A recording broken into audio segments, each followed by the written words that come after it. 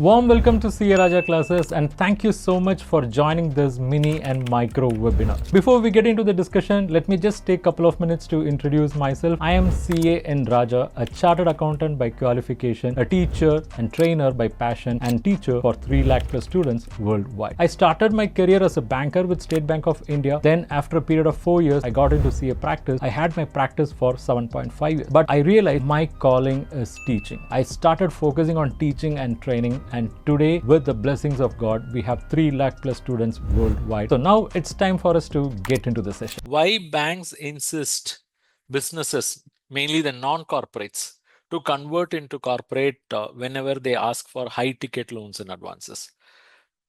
Let's say there is a sole proprietorship, there is a partnership firm, okay?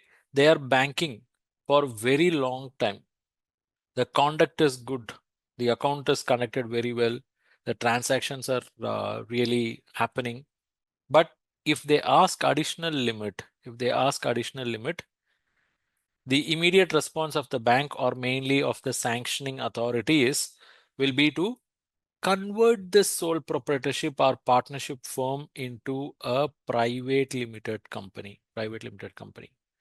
What is the benefit of getting it converted to private limited company? Do you know why they say this? Number one, it will increase the transparency. See, in sole proprietorship, in partnership, the transparency is very less. Transparency in terms of operations, in terms of governance, and very important transparency is accounting. So sole proprietors, let's say up to a certain level, for them audit is not required. Partnership, again, if it is unregistered, it is as good as sole proprietorship.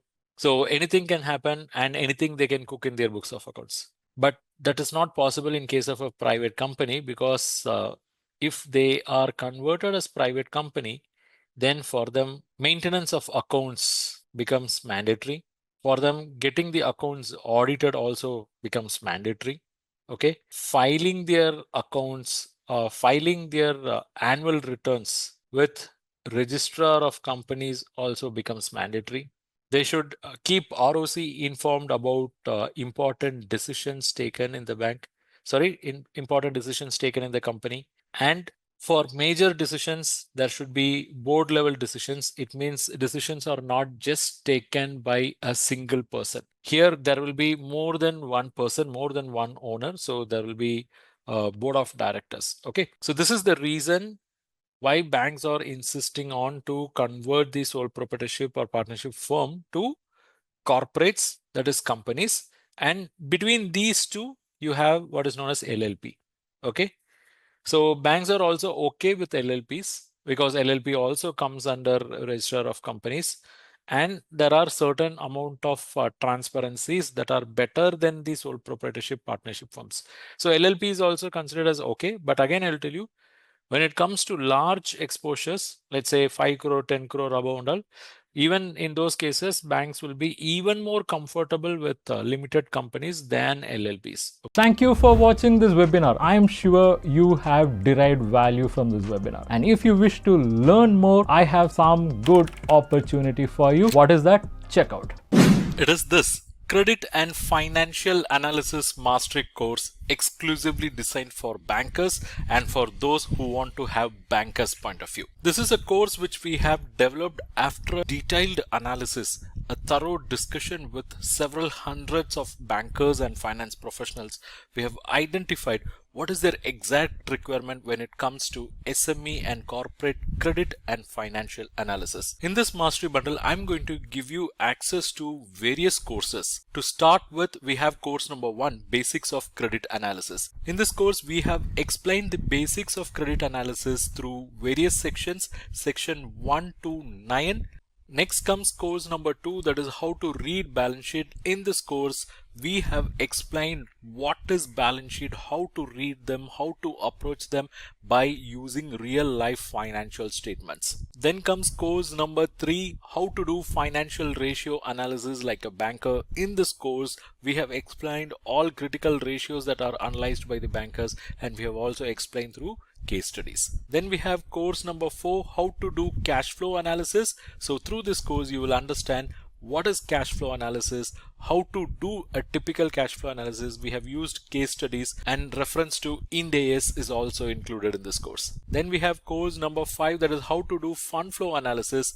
This is a critical financial analysis tool, and in this course you will learn what is fund flow statement, how to analyze them from banker's angle, how to prepare fund flow statement from academic angle as well. So overall 5 courses, each 1499. So aggregate price should be 7495, but you are not going to pay that. For you it's just rupees 2499 for 1 year access, or rupees 4999 for lifetime access. And it is not yet over, you have some more bonus. Bonus is course number 6, how to carry out credit risk rating for non-trading entities. These are all the topics covered in this course. Then course number 7, it is how to carry out credit risk rating for trading entities. Not yet over, you also have access to course number 8, that is how to prepare CMA report for bank loans. It's a comprehensive course which will run for 8 plus 5 hours, and you will learn entire CMA report preparation process. And course number 9, how to prepare cash budget for bank loans. Course number 10, how to assess fund-based working capital. So in this course you will understand what is working capital, what are working capital credit facilities, and how to assess them, what are the key ratios that are related to working capital, and what are the additional key analysis that will be done by bankers on working capital matters. You will get a comprehensive understanding of cash credit, export finance, and there are certain on-demand videos as well.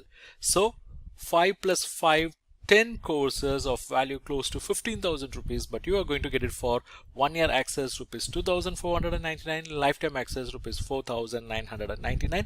Not yet over.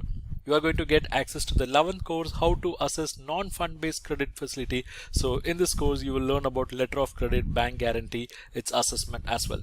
Then comes course number 12, how to do term loan appraisal and assessment, because it's a complex process with a lot many technicalities. So this course covers all in detail.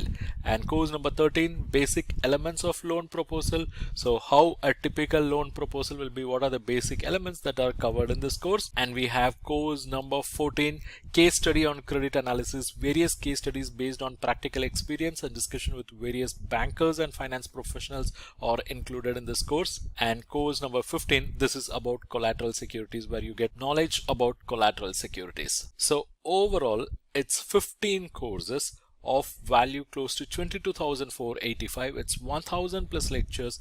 You can subscribe for 1 year access or lifetime access as you wish. These are all pre-recorded courses, so you can access them anytime as per your convenience. You can access them in mobile app or desktop, and for you the price is not 22,485, it is rather 2,499 for 1 year access or 4,999 for lifetime access. You can check the link in description, where without using any discount coupon code you can enroll at this discounted price, because it's a discount applied link. And not yet over, you are also eligible for some more bonus. The bonus is access to various ebooks and e-resources.